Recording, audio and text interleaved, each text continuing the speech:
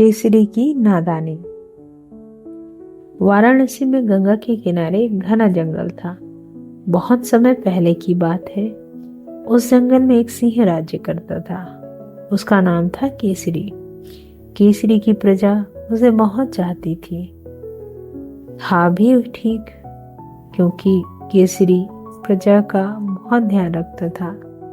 उसके दुख दर्द में साथ दिया करता था, सभी की सहायता करता था। उसके राज्य में कोई भूखा नहीं रहता था और न ही किसी को कोई अभाव था। पर केसरी में एक बहुत बड़ा दोस्त था।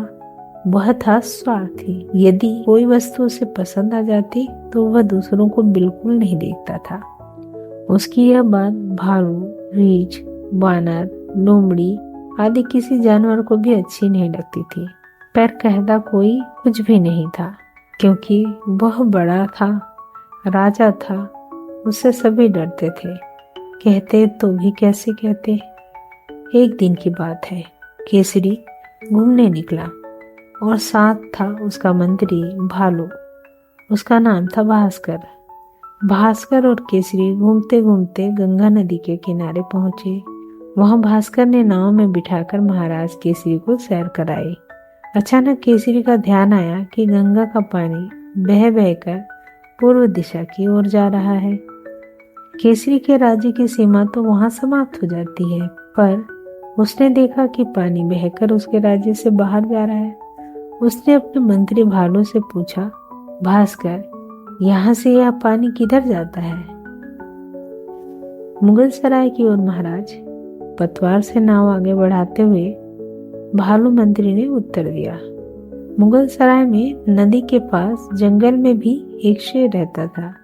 उससे केसरी बड़ा चिढ़ता था। केसरी को बहुत बुरा लगा कि उसके राज्य से पानी वहां जाए, वहां का राजा उस पानी को अपने काम में लाए। केसरी ने बिना सोचे समझे भालू को आज्ञा दी, मंत्री जी, इस पानी को दूसरे राज्य वाले जंगल में जाने से रोक दो। कल सुबह तक यहाँ बांध बन जाना चाहिए। मंत्री बड़ा बुद्धिमान था। यह सुनते ही उसका माथा ठनका। वह जानता था कि गंगा में बहुत पानी है। यदि बांध बनाया जाएगा तो उनके जंगल में बाढ़ आ जाएगी। उसने बड़ी विनम्रता पूर्वक सिंह से कहा, महाराज, कहीं ऐसा ना हो कि वहां बांध बनाने से हमें ही नुकसान हो। तुमसे जो कहा जा रहा है वह करो। नथुने खिलाता हुआ शेर बोला।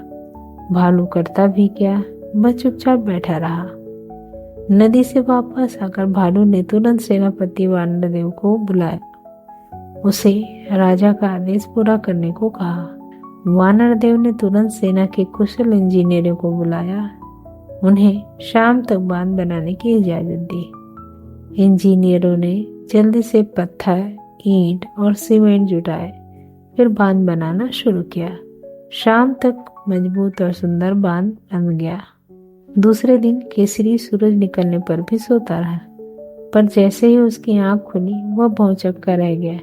यह क्या? उसकी सारी गुफा में घुटने तक पानी भरा था।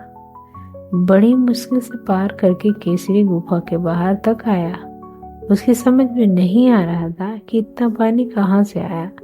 वह अभी सोकर उठा और आंखें मल रहा था। उसने देखा कि दूर भालू मंत्री बड़ी तेजी से नाव खेते हुए वहां आ रहा है। नाव को पास लाते हुए बोला, जल्दी कीजिए महाराज, जल्दी से नाव में बैठिए, पानी लगातार बढ़ते जा रहा है। शेर उछलकर तुरंत नाव में जा बैठा। तब कहीं जाकर उसने चैन की सांस ली। फिर भालू से पूछा, इतना सारा पानी कहाँ से कैसे आया? बांध बनने से सारे जंगल में बाढ़ आ रही है। सभी जानवरों के घरों में पानी भर गया है। सेना सभी को निकाल निकाल कर ऊंचे पेड़ों पर बैठा रही है, मंत्री ने उत्तर दिया। यह सुनकर शेर अपनी मूर्खता पर पछताने लगा। वह सोचने लगा कि पहले ही मंत्री की बात मान लेता तो ऐसी परेशानी नहीं होती। उसने तुरंत सेनापति बुलाया और तुरंत बांध तोड़ने को कहा। सैकड़ों वानर इस काम में जुट गए। कुछ ही समय में बांध टूटकर गिर गया। जंगल में आई बाढ़ दूर हो गई। तब सिंह ने चैन की सांस ली। नाश्ता करते हुए शेर भालू से बोला, मंत्री जी, आपकी बात तो मानकर मैंने भूल की।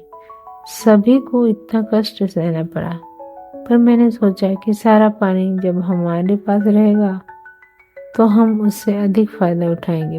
पड़ोसी राजा से कर लेकर फिर उसे पानी देंगे। भालू बोला, महाराज, नदी का पानी तो भगवान की देन है। उस पर जितना अधिकार हमारा है उतना ही दूसरों का भी है।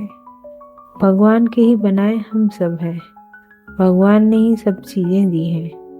सभी को मिलजुल कर उनका प्रयोग करना चाहिए। इसी में सबकी भलाई है।